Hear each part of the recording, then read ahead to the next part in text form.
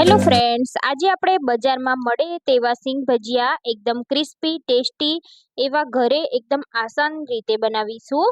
આ સિંગ ભજીયા એટલા ટેસ્ટી અને એટલા ક્રન્ચી બને છે કે તમે એકવાર જો આ બનાવી લેશો તો બહારના સિંગ ભજીયાને પણ ભૂલી જશો અને એકદમ સસ્તા ભાવમાં બની જશે।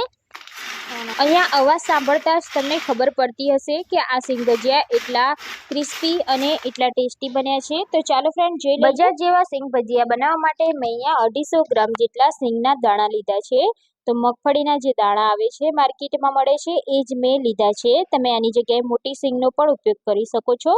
તો હવે આપણે કાણાવાળા વાસણમાં સિંગને લઈ લેવાની છે અને આપણે તેને પાણી વડે આ રીતે ધોઈ દેવાની છે।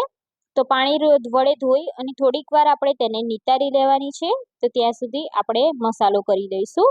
તો સિંગ બાજુમાં મૂકી દઈશું। તો સિંગ ભજીયાનો મેન મસાલો કરવો એ જ ઇમ્પોર્ટન્સ છે। તો આજે આપણે એકદમ સરખી રીતે મસાલો કરીશું તો આપણા સિંગ ભજીયા એકદમ બહાર મળે એવા બનશે।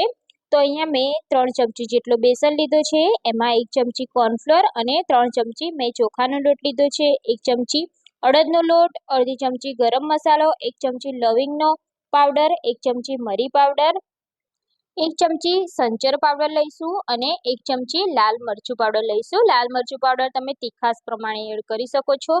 મીઠું સ્વાદ મુજબ એડ કરી દઈશું અને સરસ રીતે મિક્સ કરી લઈશું। તો અહીંયા આમચૂર પાવડર હું એડ કરવાનું ભૂલી ગઈ છું, એટલે આપણે ઉપરથી 1 ચમચી આમચૂર પાવડર એડ કરી દઈશું અને પછી આપણે સરસ રીતે મિક્સ કરી લઈશું। તમે આમચૂર પાવડરની જગ્યાએ ચાટ મસાલો પણ એડ કરી શકો છો। તો હવે આપણે મસાલાને સરખી રીતે મિક્સ કરી લેવાનું છે અને જે સિંગના દાણા આપણે ધોઈને રાખ્યા છે તે હજી થોડા ભીના જ છે, એના ઉપર પાણી હોવું જોઈએ। હવે આપણે મસાલા સાથે એડ કરી દઈશું અને લોટનું સરસ એવું કોટિંગ આવી જાય એ રીતે આપણે એને મિક્સ કરતા રહેવાનું છે।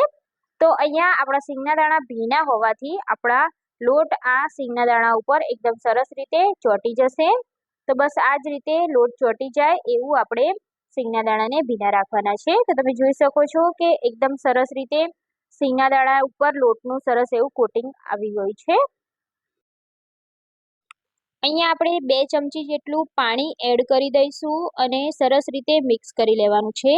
તો પાણી એડ એટલા માટે કરવાનું કે લોટનું કોટિંગ સિંગ ઉપર આ રીતે ચોંટેલું રહે।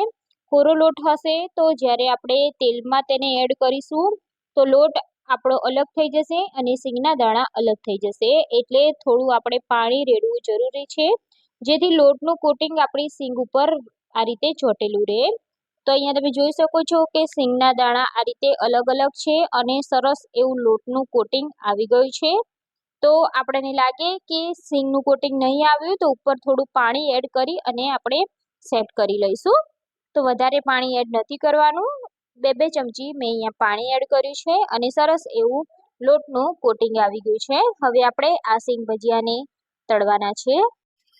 તો સિંગ ભજીયાને તળવા મેં મીડિયમ તેલ ગરમ કરી લીધું છે, એમાં આપણે આ સિંગ ભજીયાને આ રીતે એડ કરી દઈશું અને આપણે જાળાની મદદથી તેને આપણે આ રીતે છૂટા છૂટા કરી લેવાના છે। અને આ સિંગ ભજીયાને આપણે ફ્રાય કરતી વખતે ગેસની ફ્લેમ સ્લો જ રાખવાની છે જેથી આપણા સિંગ ભજીયા અંદરથી પણ તળાય અને એકદમ ક્રિસ્પી બને।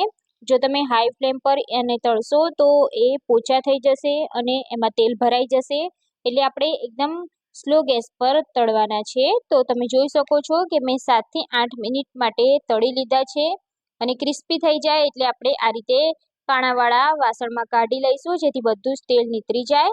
તો અહીંયા આપણી એક ઘાણ ઉતરી ગઈ છે, એવી જ રીતે આપણે બીજા સિંગ ભજીયાને પણ સેમ એ જ રીતે તળી લઈશું। અહીંયા તમે અવાજ સાંભળી શકો છો કે આપણા સિંગ ભજીયા એકદમ ક્રિસ્પી બન્યા છે।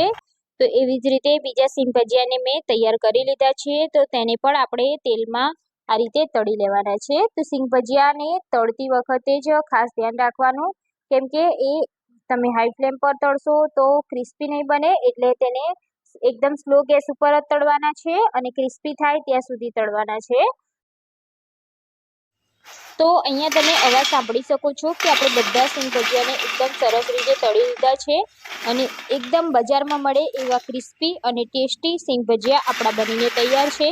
તો બાળકોને પણ બહારના સિંગ ભજીયા વધારે ભાવતા હોય તો આ રીતે ઘરે તમે સિંગ ભજીયા બનાવી અને ખવડાવી શકો છો।